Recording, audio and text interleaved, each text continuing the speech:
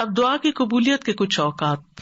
اگرچہ انسان ہر وقت دعا کر سکتا ہے، لیکن کچھ ٹائم دوسرے ٹائمز کی نسبت زیادہ قبولیت والے ہوتے ہیں، جن میں سب سے پہلے آذان. حدیث میں آتا ہے آذان اور اقامت کے درمیان دعا رد نہیں کی جاتی، لیکن پہلے آپ اذان کا جواب دیں، اذان کے بعد والی دعا پڑھیں، درود شریف پڑھیں اور پھر مانگیں، قبول ہو جائے گی.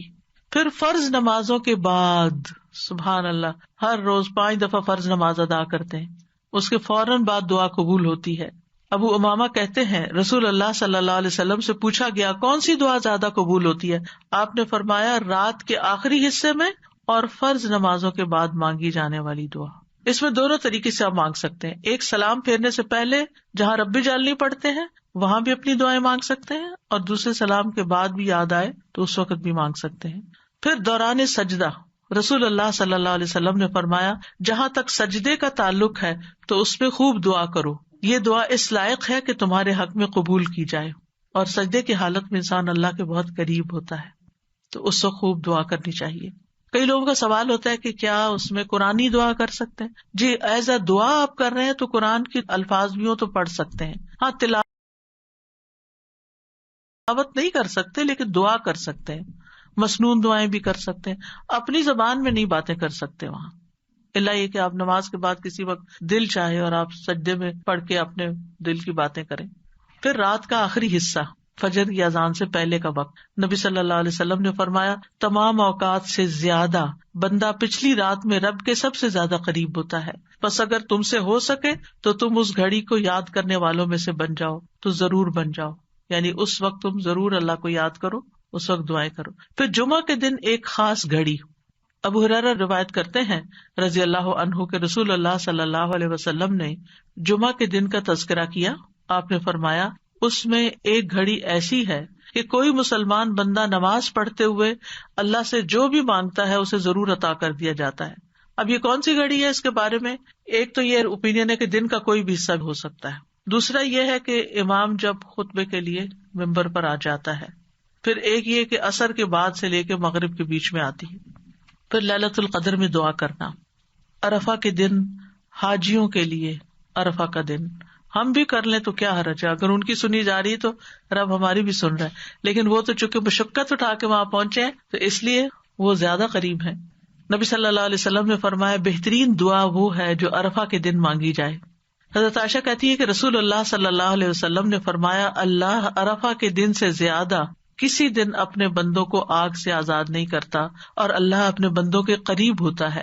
پھر فرشتوں کے سامنے اپنے بندوں پر فخر فرماتے ہوئے کہتا ہے یہ سارے بندے کیوں آئے ہیں یہاں، گھر بار چھوڑ کے، مال خرچ کر کے، اتنی تکلیف اٹھا کے یہاں کس لیے جمع ہے؟ تو ہم سب جانتے ہیں کہ آج کیوں کرتے ہیں کہ اللہ تعالیٰ ہمیں بخش دے اور ہم سے راضی ہو جائے اور ہمارا فرض بھی ادا ہو جائے. پھر اسی طرح بارش کے وقت کی دعا، یعنی جب بارش ہو رہی ہے اور آپ لوگ بڑے خوش قسمت ہیں کہ یہاں اکثر بارش ہوتی رہتی ہے، برف بھی پڑتی ہے، تو اس وقت پریشان ہونے کی بجائے دعا کرنا شروع کر دیا کریں. آپ ڈرائیونگ کر رہے ہیں، بارش برسنا شروع ہو گئی، دعائیں شروع کر دیں. پھر مصیبت کے وقت، جس سے پہلے بھی میں نے عرض کیا نا کہ جب انسان جذبات کی پیک پہ ہوتا ہے تو اس وقت اس کے الفاظ اور ہی طرح کے ہوتے ہیں.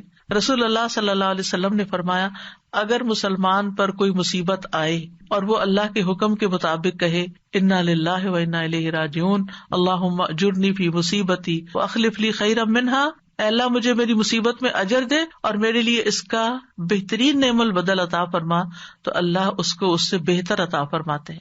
اور جب بھی دل پہ غم کی گھٹا چھائے کسی بھی تکلیف کی وجہ سے، دیر اینڈ دین یہی دعا کیا کریں اللہم اجرنی فی مصیبتی واخلف لی خیرا منہا، اللہ اس مصیبت پر تو مجھے اجر دے اور اس سے بہتر نعم البدل عطا کر دے.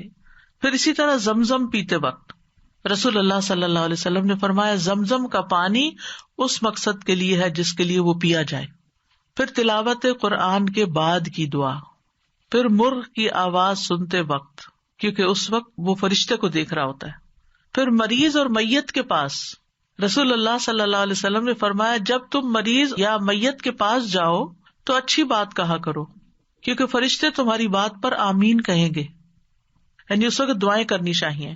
ام سلمہ کہتی ہیں کہ رسول اللہ صلی اللہ علیہ وسلم ابو سلمہ جو ان کے ہسبینڈ تھے ان کی میت پر تشریف لائے.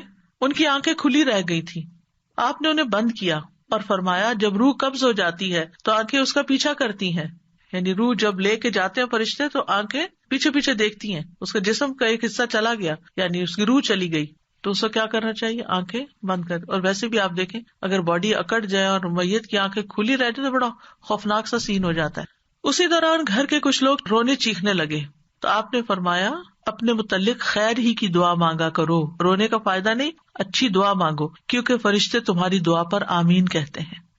پھر وہ لوگ جن کی دعائیں قبول ہوتی ہیں ان میں مجاہد فی سبیل اللہ اور حج اور عمرہ کرنے والا. رسول اللہ صلی اللہ علیہ وسلم نے فرمایا اللہ کے راستے میں غازی اور حج کرنے والے اور عمرہ کرنے والے اللہ کے وفد ہیں، ڈیلیگیشنز ہیں اللہ کی طرف جانے والے. اللہ نے انہیں بلایا تو انہوں نے اس دعوت کو قبول کر لیا اور پھر انہوں نے اللہ سے مانگا تو اللہ نے ان کو عطا کر دیا.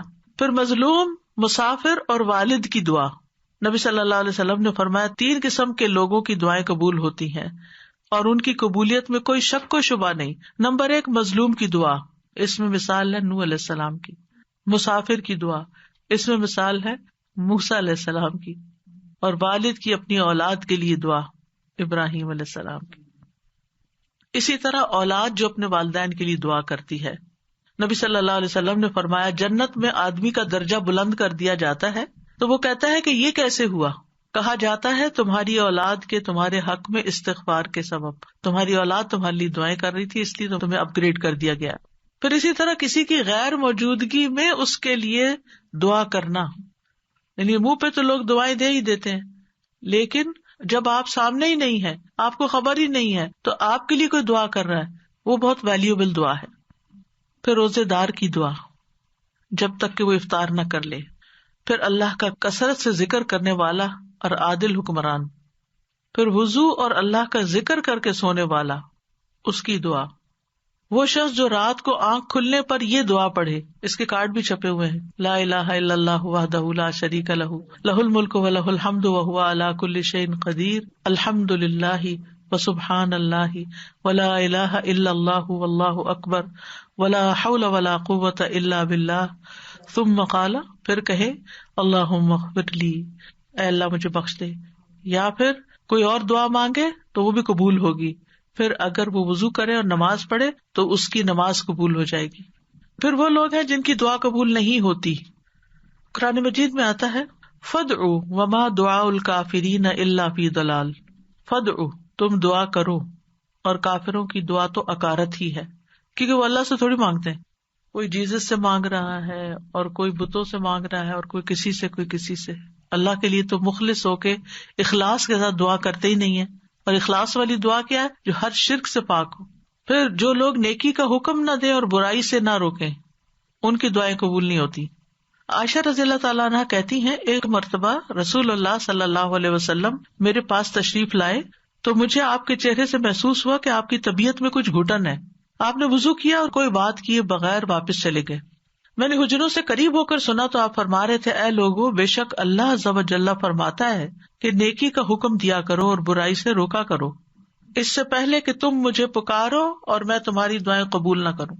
تم مجھ سے سوال کرو اور میں تمہیں کچھ عطا نہ کروں، تم مجھ سے مانگو اور میں تمہیں نہ دوں.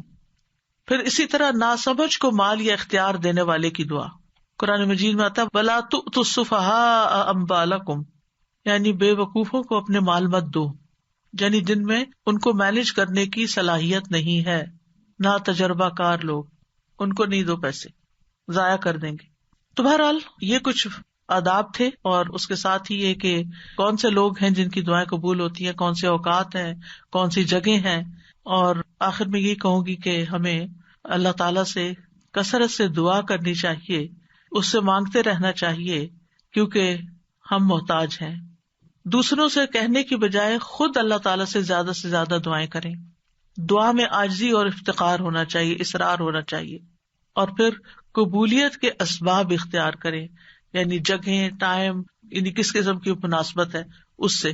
تو اللہ تعالیٰ سے دعا ہے کہ وہ ہمیں دعا کرنا سکھا دے اور ایسی دعائیں کرنے کی توفیق دے جو ہمارے لیے قبولیت کا باعث ہوں. ہم اصرار سے مانگتے اللہ تعالیٰ سے، بار بار وہی بات چیت کرتے ہیں اور ضد بھی کرتے ہیں، لیکن ہمیں نہیں پتا کہ وہ چیز ہمارے لیے صحیح ہے کہ نہیں، ہم مانگتے رہیں تو اللہ تعالیٰ اس کے بدلے کیا کیا دے گا. کل کے لیکچر میں ہم نے پڑھا تھا کہ بعض اوقات آپ اصرار کر رہے ہیں, اللہ کو پتا یہ نہیں آپ کے لیے ٹھیک, لیکن چونکہ آپ دعا کر رہے ہیں, آپ عبادت کی حالت میں, آپ کو مناجات کی لذت مل رہی ہے, آپ کے بوجھ اتر رہے ہیں, آپ کے گناہ معاف ہو رہے ہیں. یعنی بعض اوقات دعا نہیں قبول ہوتی لیکن اس کے بدلے گناہ معاف ہو جاتے ہیں. بعض اوقات کوئی آنے والی مصیبت ٹال دی جاتی ہے, تو بعض اوقات اللہ تعالیٰ اس سے بہتر کوئی اور چیز آپ کو دے دیتا ہے. سو مینی ویز آف قبولیت دعا. السلام علیکم استاذہ جی, یہ جیسے زندگی میں بہت ناراضگیاں ہیں, ہسبینڈ سے لڑائی ہو گئی ہے اور ہسبینڈ کی اچانک ڈیتھ ہو گئی, تو پہلے تو اتنا لڑی ہوئی تھی کہ چھوڑ کے چلی گئی وہ, اور پھر پیر پکڑ کے معافیاں مانگی بعد میں, تو مطلب یہ کہ بعد میں معافی وہ پتہ نہیں ہسبینڈ نے معاف کیا یا نہیں, وہ تو جا چکے تھے.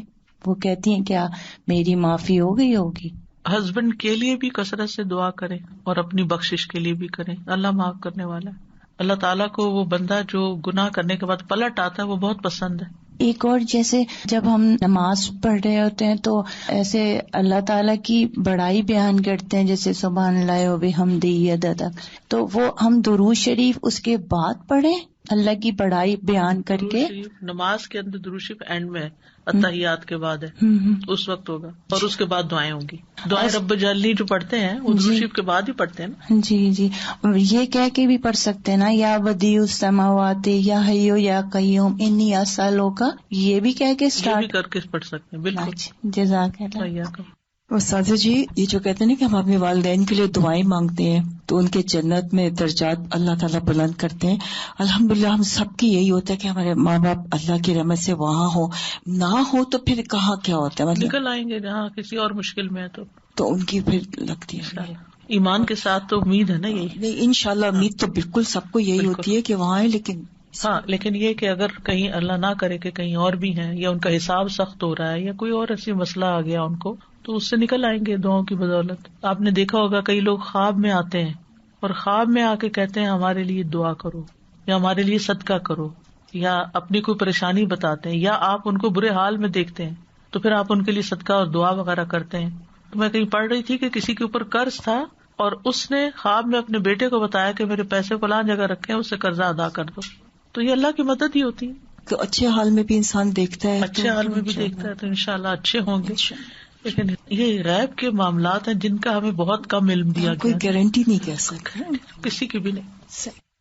میری امی نے جب قرآن لکھا تھا نا ترجمہ, تو انہوں نے خواب میں دیکھا تھا کہ ان کے والدین ہیں اور ان کو 2 بڑی بڑی کرسیاں اور اس کے ان پر تاج پہنایا جا رہا ہے. تو اولاد کیوں نہ نیکیاں کرے پھر, اور ایسے بچوں کو اور ایسے اولادوں کو اللہ تعالیٰ توفیق دے کہ وہ ایسے نیک کام کریں جو ان تک ہمارے بڑوں سے بڑوں تک بخشش کا وسیلہ بنے. آمین. بلکہ ایک ٹپ دوں گی, رمضان میں جو بھی صدقہ خیرات کریں اس میں ساتھ اپنے والدین کو بھی شامل کر لیں. استاد آپ نے شروع میں بتایا کہ ہم کسی کے لیے دعا مانگتے ہیں تو اس میں بس ہم ایک سرسری لفظ یوز کر دیتے ہیں, تو جب کوئی اچھا کام کرتا ہے یا بچے بھی کوئی بھی تو ہم اس وقت کہہ دیتے ہیں دعا, تو اس وقت کہہ سکتے اس طرح اس وقت یا اس وقت ہم کوئی خاص ادب کے ساتھ مانگیں؟ مطلب ادب اس وقت کیا ہوگا کہ الفاظ اچھے ہوں اور احترام ہو, یعنی ہر وقت وضو کرنا, ہر وقت قبلہ رخ ہونا, ہر وقت فارمل اس میں بیٹھ کے کرنا, یہ نہیں ممکن ہوتا. چلتے پھرتے اٹھتے بیٹھتے ہر حال میں آپ دل دل میں پکار سکتے ہیں. آپ نے ابھی ارشاد فرمایا کہ جب ہم ہتھیلیاں کھول کے ہتھیلیوں سے دعا مانگنی چاہیے. جی, تو جب ہم سجدے میں جیسے دعا قبول ہوتی تو ہمارے تو ہاتھ یوں ہوتے ہیں, تو ہم ان کو یوں کریں.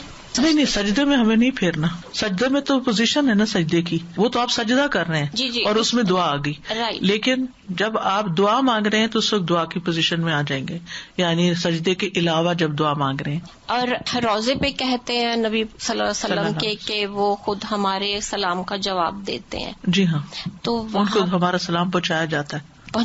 جی ہاں.